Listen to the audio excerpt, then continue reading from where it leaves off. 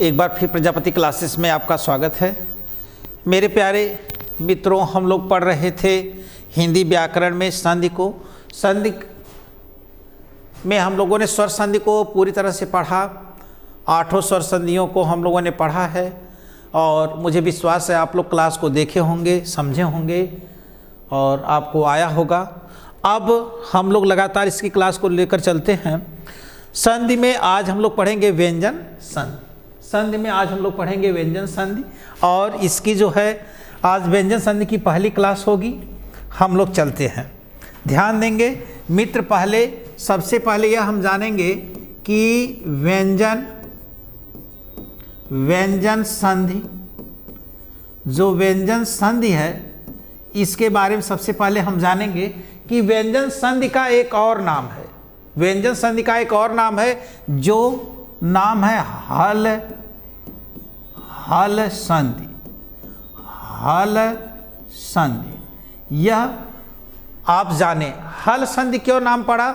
आप जानते हैं माहेश्वर सूत्रों में आप जानते हैं कि माहेश्वर सूत्रों में जो है 14 माहेश्वर सूत्र हैं।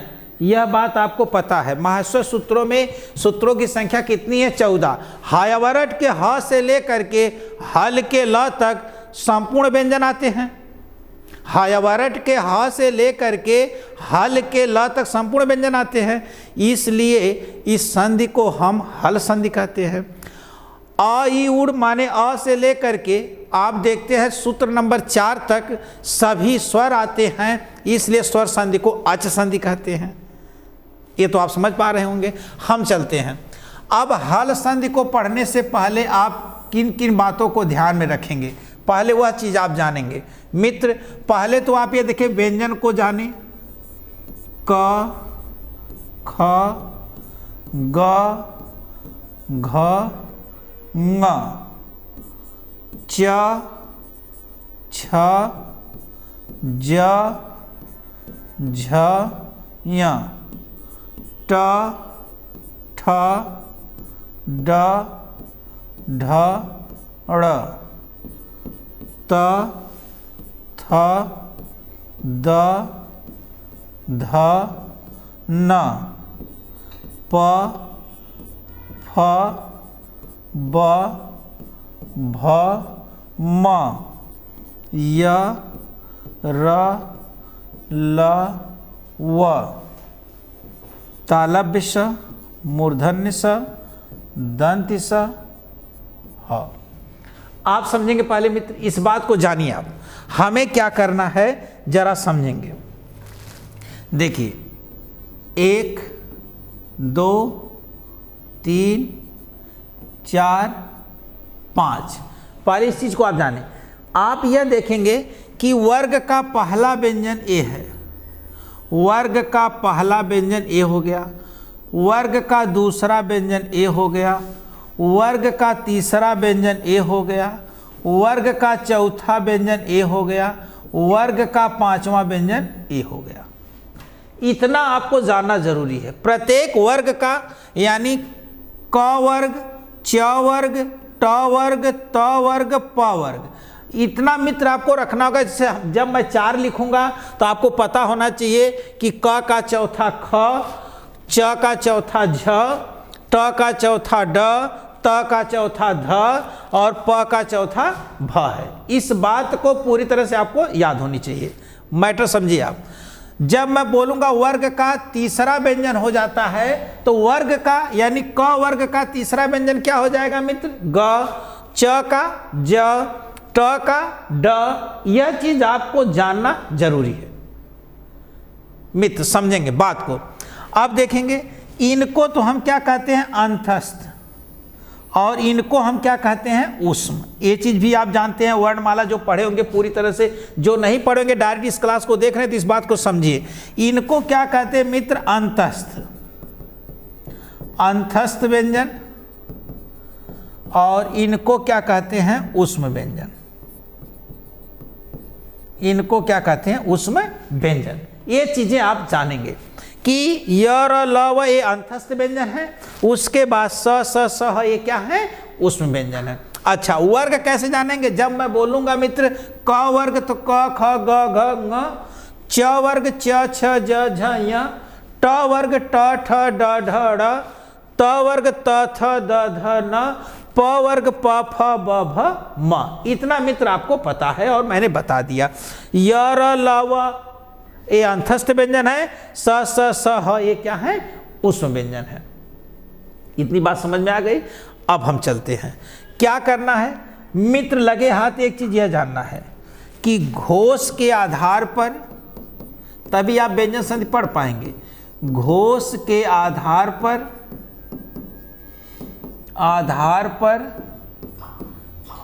घोष के आधार पर व्यंजन के भेद, व्यंजन के भेद। मित्र ये बहुत बारीक चीज है, इसको बड़ा स्पष्ट से देखिए। घोष के आधार पर क्या बताया जा रहा है? व्यंजन के भेद। घोष के आधार पर व्यंजन के कितने भेद बताए गए मित्र? 2। एक बात यह समझेंगे कि नंबर 1 है अघोष, नंबर 1 है अघोष और नंबर 2 है सघोष। सघोष को ही मित्र कोष्टक में लिख लेंगे, घोष कहते हैं। ये बात वर्णमाला मैंने बहुत अच्छी तरह से बताया है। देखिए, घोष के आधार पर वर्ण के कितने भेद बताए गए? 2। एक है अघोष, एक है सघोष। सघोष को ही घोष कहते हैं, यह बात आप जानिए। अघोष जिसमें स्वर तंत्रियां झंकरित न हो, उसमें अ लिखा गया है। अघोष जिसमें स्वर तंत्रियां झंकरित न हो उसे अघोष, और जिसमें सघोष स्वर तंत्रियां झंकरित हो उसे सघोष कहते हैं। सघोष कोमल वर्ण होते हैं, अघोष कठोर वर्ण होते हैं, परुष वर्ण जिसको कह सकते हैं आप। यह बात आप अच्छी तरह से वर्णमाला की क्लास देखेंगे, जो नहीं देखे हैं वह देखें, स्टेप वाइज क्लास को देखिए आप, ध्यान देंगे। अघोष जिसमें स्वर तंत्रियां झंकरित ना हो, बाबू लिखा गया अघोष, और इसमें सघोष जिसमें स्वर तंत्रियां झंकरित हो। ये तो परिभाषा की बात हो गई। जब मैं व्यंजन संधि पढ़ाऊंगा तो मैं बताऊंगा कि जब सघोष वर्ण आए तो मित्र आपको पता नहीं रहेगा सघोष वर्ण क्या होते हैं, इसलिए मैं इतनी मेहनत किया। इनको जरा आप जानने का प्रयास करेंगे।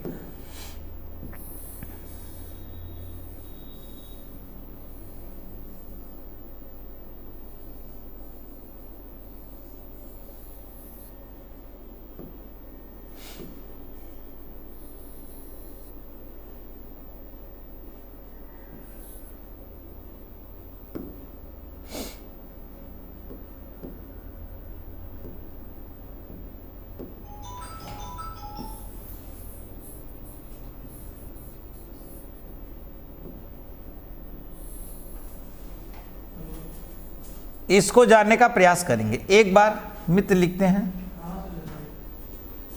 इसमें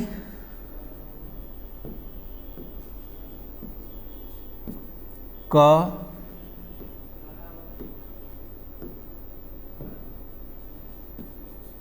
क ख ग घ ङ च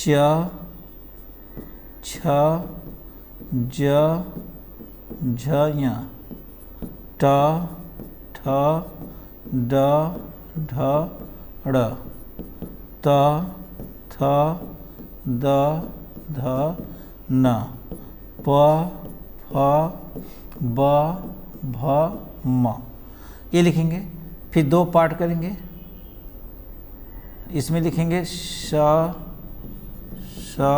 स य र ल व ह, य र ल व ह।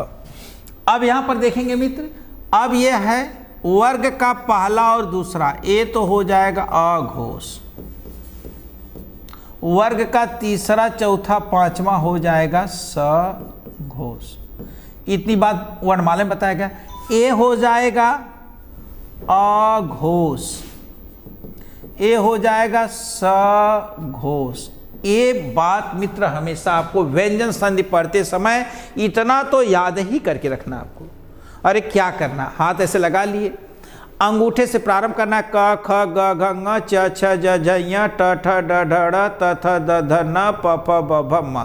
ये वर्गीय व्यंजन तक आप इस अंगुली पर रख लेंगे। आप अब वर्ग का पहला और दूसरा अघोष होगा और वर्ग का तीसरा, चौथा और पांचवा क्या होगा? सघोष होगा। तो इसमें कितनी बड़ी बात है भाई, ये वर्ग का पहला और दूसरा अघोष है, वर्ग का तीसरा, चौथा, पांचवा क्या है? सघोष है। ये कहानी कहाँ तक चलेगी? क से लेकर के म तक। अब याद करने की मित्र बात है, ये अघोष और ये सघोष। तो मैंने एक ट्रिक आपको बताया था कि अघोष इसमें क्यों ना घुसल है, देख लिया, स तीनों सह, इसमें कोई नहीं घुसा, याद करने के लिए बेटा। लेकिन अघोष का अर्थ क्या है? स्वर तंतुओं का झंकरित न होना। इसमें क्या बता रहा है कि स तो स एमा क्यों ना घुसल? अघोष कहता क्यों ना घुसल? तीनों सघोष, अब बाकी बचे सघोष, यार अलावा ये आप समझ पाए मित्र। इतना जानना बहुत जरूरी था व्यंजन संधि पढ़ने से पहले। व्यंजन संधि को क्या कहते हैं? हल। जरा से आएंगे,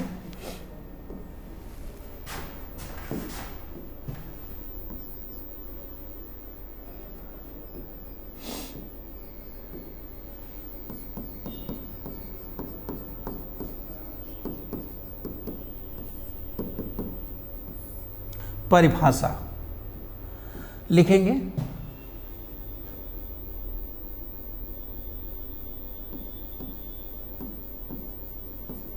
व्यंजन प्लस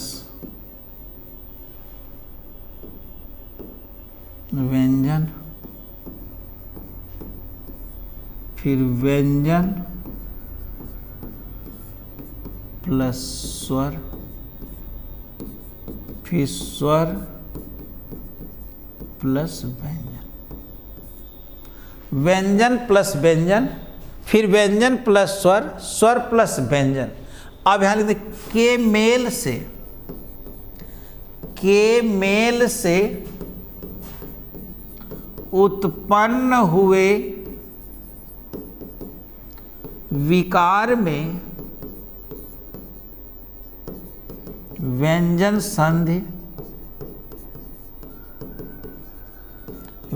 संधि होती है। कितनी सरल परिभाषा है, ध्यान देंगे। व्यंजन संधि 3 स्थलों पर होगी। व्यंजन प्लस व्यंजन, व्यंजन प्लस स्वर, स्वर प्लस व्यंजन। मैंने पहली बार आपको लिखा था ना कि स्वर स्वर व्यंजन व्यंजन विसर्ग विसर्ग, फिर स्वर व्यंजन स्वर व्यंजन स्वर व्यंजन किया था, वही परिभाषा है। तो आप एक स्थिति व्यंजन प्लस व्यंजन, व्यंजन प्लस स्वर, स्वर प्लस व्यंजन। तो परिभाषा कोई पूछेगा कि किस स्थल पर व्यंजन संधियां नहीं होती हैं, ये तो बहुत बारीक बात है। तो कहते कितने स्थल पर होती है? 1 2 3। ये 3 स्थल हैं। जिन 3 स्थलों पर कौन सी संधि होती है? व्यंजन संधि होती है। पहला स्थल क्या है? व्यंजन प्लस व्यंजन का, दूसरा व्यंजन प्लस स्वर का, तीसरा व्यंजन स्वर प्लस व्यंजन का। यही तो है। आप देखेंगे जरा, एक एग्जाम्पल हम लेते हैं। दिक प्लस गज। यहां देखेंगे क क्या है? व्यंजन। क पे हलंत लगा, इसका मतलब स्वर नहीं है। क व्यंजन और ग व्यंजन है। तो ये देखेंगे एक क्राइटेरिया हो गई व्यंजन प्लस व्यंजन की। अब जब इसको आप मिलाएंगे तो हो जाएगा दी अध ग ग ज, ये हो जाएगा। क्योंकि मित्र अभी नियम आप नहीं जानते, केवल यह जानिए कि व्यंजन प्लस व्यंजन का उदाहरण है कि नहीं। दिक, अब एक क पहला है तो ये अपने के तीसरे बदल जाएगा, क्योंकि इधर क्या है? सघोष आए हुए हैं। क ख ग तीसरे नंबर पे ना सघोष आया हुआ ना। मैं बताऊंगा मित्र, एक बार आप प्रयास करेंगे। पहले व्यंजन प्लस व्यंजन तो एक उदाहरण। अब व्यंजन प्लस स्वर, इसका हम देख लेते हैं। व्यंजन प्लस स्वर, जैसे एक शब्द है वाक प्लस ईस। अच्छा मित्र जरा तुरंत बैक चलेंगे। एक चीज जो मैंने यहां पर बताया था, सभी स्वर, इसको मित्र जानेंगे, सभी स्वर सघोष होते हैं। इसका भी कार्य आएगा, सभी स्वर सघोष होते हैं। सभी स्वर सघोष होते हैं। तो 11 जो स्वर होते हैं आपके, 11 स्वर क्या होते हैं? सघोष होते हैं। मित्र ये बात मैं यहां भूल गया, जैसे अ, आ, ई, उ, री, ए, ऐ, ओ, औ। ये जो 11 स्वर है सभी स्वर क्या होते हैं? सघोष। और कौन अघोष सघोष सब मैंने बताया। इतना मित्र आपको जरूर याद रखना है। चलते हैं हम लोग अपने अगले वाली पीढ़ी पर। वाक प्लस ईस है। अब यहाँ देखेंगे ये क्या है? व्यंजन है और ये क्या है? स्वर। देखेंगे एक व्यंजन और स्वर तो मिलाएंगे। अब यहाँ क ग में बदल जाएगा, यानी जब मैं नियम बताऊंगा तो आपको पता चलेगा वा गी स हो गया। लेकिन अगला है स्वर प्लस व्यंजन का, जैसे आ, तीसरे वाला आ प्लस छादन, आ प्लस छादन। अब आप देखेंगे इधर स्वर है मित्र और उधर क्या है? उधर क्या है? व्यंजन है। तो स्वर प्लस व्यंजन का मेल बता रहा है। तो यहां पर आप क्या करेंगे? आ अध च छा दन। नियम जब पता चलेगा, जिसे छ है उसके पहले च का आगम हो जाता है तो हम बताएंगे। ये मैंने इसलिए समझाया कि व्यंजन संधियां की जो 3 क्राइटेरिया है, एक क्या है? व्यंजन प्लस व्यंजन की, एक क्या है? व्यंजन प्लस स्वर की, एक क्या है? स्वर प्लस व्यंजन की। ये तीनों जो भाग हैं बाबू, ये तीनों भाग मैंने आपको दिखा दिया। व्यंजन प्लस व्यंजन का, व्यंजन प्लस स्वर का और स्वर प्लस व्यंजन का, स्वर प्लस व्यंजन का ध्यान देंगे। चलिए एक बार हम लोग रिपीट करते हैं जरा।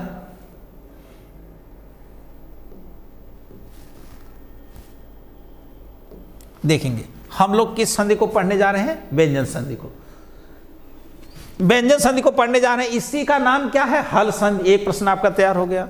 व्यंजन संधि पढ़ने से पहले यह मैंने कुछ बताया था कि मैं जब बोलूंगा वर्ग का तीसरा व्यंजन, वर्ग का चौथा व्यंजन, तो यही है, सबका अपना अपना वर्ग है। देखिए ये सबका अपना अपना वर्ग है, सब आपको पता है। वर्णमाला की क्लास आप देखिए अगर नहीं जानते हैं तो। अब क वर्ग, च वर्ग, ट वर्ग, त वर्ग, प वर्ग। क वर्ग का दूसरा ख है, तीसरा ग है, चौथा घ है, पांचवा ङ है। च वर्ग का ऐसे मैंने बता दिया, ट वर्ग का त वर्ग, प वर्ग, फिर य र ल व, इसमें वर्ग नहीं है, अंतस्थ व्यंजन और यह उसमें व्यंजन है, यह जानते हैं मित्र। चलिए अब फिर बताया गया था घोष के आधार पर स्वर के कितने भेद बताए गए थे? घोष के आधार पर स्वर के 2 भेद बताए गए, अघोष सघोष। अघोष स्वर तंतुओं का झंकृत न होना, सघोष स्वर तंतुओं का झंकृत होना। अघोष वर्ग का पहला और दूसरा व्यंजन क्या बताया गया? अघोष। वर्ग का तीसरा चौथा व्यंजन क्या बताया गया? सघोष। तो वहां मैंने बताया 3 4 5, ये बात ध्यान देना है। अघोष स स स, सघोष य र ल व ह। अघोष से माँ केहू मत घुसाया, याद करे बदे खाली ट्रिक जान ला। और सघोष से माँ सबके घुसा दिया, य र ल व ह। खूब पूछल जाला बेटा, एकदम पूरी क्लास देखा। सभी स्वर सघोष होते हैं। स्वरों की संख्या कितनी है? 11। इसको आप जानेंगे, अ आ इ उ री ए ऐ ओ औ। काम आएगा तो आपको याद करना होगा वहां पर। फिर मित्र आपने देखा परिभाषा। परिभाषा में क्या लिखना है? व्यंजन प्लस व्यंजन, व्यंजन प्लस स्वर तथा स्वर प्लस व्यंजन के योग से जो परिवर्तन होता है उस परिवर्तन में कौन सी संधि होगी? व्यंजन संधि होगी। यानी व्यंजन संधि का स्थल कितना है मित्र? 3 है। एक व्यंजन प्लस व्यंजन है, एक व्यंजन प्लस स्वर है, एक स्वर प्लस व्यंजन है। ये तीनों स्थल आपको जानना जरूरी है। मैंने तीनों स्थल आपको दिखा दिया। ये व्यंजन प्लस व्यंजन का, यह व्यंजन प्लस स्वर का है और यह स्वर प्लस व्यंजन का। मित्र कम समझ में आएगा, क्यों? क्योंकि अभी आपको नियम पता नहीं है, लेकिन स्थिति मैं आपको बता दिया। अब मित्र चलते हैं लगे हाथ, एक और देख लेते हैं तो मजा आ जाएगा। कहता है व्यंजन संधि में परिवर्तन, ये चीज जानेंगे। व्यंजन संधि में परिवर्तन मुख्य रूप से 3, मुख्य रूप से 3 है। नंबर 1 क्या है? लिखेंगे नंबर 1 है आदेश। आदेश यह शत्रुवत होता है, यह शत्रुवत होता है। जैसे एग्जांपल देख लेंगे, जैसे उत प्लस घाटन, त की जगह क्या हो जाएगा? द, उद घाटन। यानी त को हटा करके क्या हो गया? द, आदेश हो गया। फिर एक चीज जानेंगे, आदेश के बाद एक चीज जानेंगे, आगम। आगम यह क्या होता है? आगम लिखेंगे, यह मित्रवत होता है। यह मित्रवत होता है। मित्र, यह मित्रवत होता है। जैसे आपने कह दिया सम प्लस कृत, तो इसके बीच में संस्कृत, यानी स का क्या हो गया, आगम हो गया। ये तो आगम हो गए। आगम क्या होता है, मित्रवत। आदेश क्या होता है, अभी आप किसी को आदेश दो, समझा शत्रु समझ लिए कि उठ जाओ, खड़े हो जाओ, बाहर जाओ, शत्रु बन जाएगा। तो इतना मित्र आप याद रखें कि आदेश यह शत्रुवत होता है, आगम यह क्या होता है, मित्रवत होता है। तो सम प्लस कृत बराबर क्या हो जाएगा, संस्कृत। इसको आप जान पाए। अब देखेंगे एक तीसरा नियम जानेंगे, लोप। लोप, लोप क्या होता है, जैसे आप जानेंगे किसी नए वर्ण का किसी वर्ण का लोप हो जाना। किसी वर्ण का क्या हो जाना, किसी वर्ण का लोप हो जाना। लोप हो जाना मित्र, किसी वर्ण का लोप हो जाना। अब इसमें एक शब्द हम ले लेंगे, युवन प्लस अवस्था। अब देखें व्यंजन प्लस स्वर है, युवन प्लस अवस्था तो हो जाएगा युवा अवस्था। अब इसमें न का आपने क्या कर दिया, लो। यानी व्यंजन संधि पढ़ते समय तीन चीजों का ध्यान रखें, मुख्य रूप से तीन बातें। आदेश, आदेश क्या होता है, शत्रुवत। आगम क्या होता है, मित्रवत। ये दोनों प्रश्न पूछे गए हैं। आदेश शत्रुवत होता है, किसी को आप आदेश करेंगे, बताइए वह आप उसके शत्रु बन जाएंगे। कैसे आपने मुझको कहा खड़ा होने के लिए, यही चीज बताया। लेकिन आगम क्या है, मित्रवत। आगम क्या है, मित्रवत। अब इसमें देखिए आदेश क्या है, त की जगह द का आदेश हो गया है। उद्घाटन को तोड़ेंगे, उत प्लस घाटन, क्योंकि नियम नहीं पता आपको, लेकिन मित्र इतना आप जानकार हैं, त की जगह द हो रहा है, यानी आदेश हो गया। आगम में क्या होगा, सम प्लस कृत। अब यहाँ पर सम प्लस कृत में स कहाँ से आ गया, इसका आगम हो गया। तो ये चीज मैं नियम बताते समय बताऊंगा आपको संस्कृत। और लोप क्या हो जाएगा, किसी वर्ण का लोप होना, युवन प्लस अवस्था में न का क्या हो गया, लोप हो गया। तो मित्र व्यंजन संधि के बारे में परिचय इतना रहा। इसको ध्यानपूर्वक क्लास को देखें, समझें, पढ़ें, और अगली क्लास नेक्स्ट डे। तब तक के लिए धन्यवाद।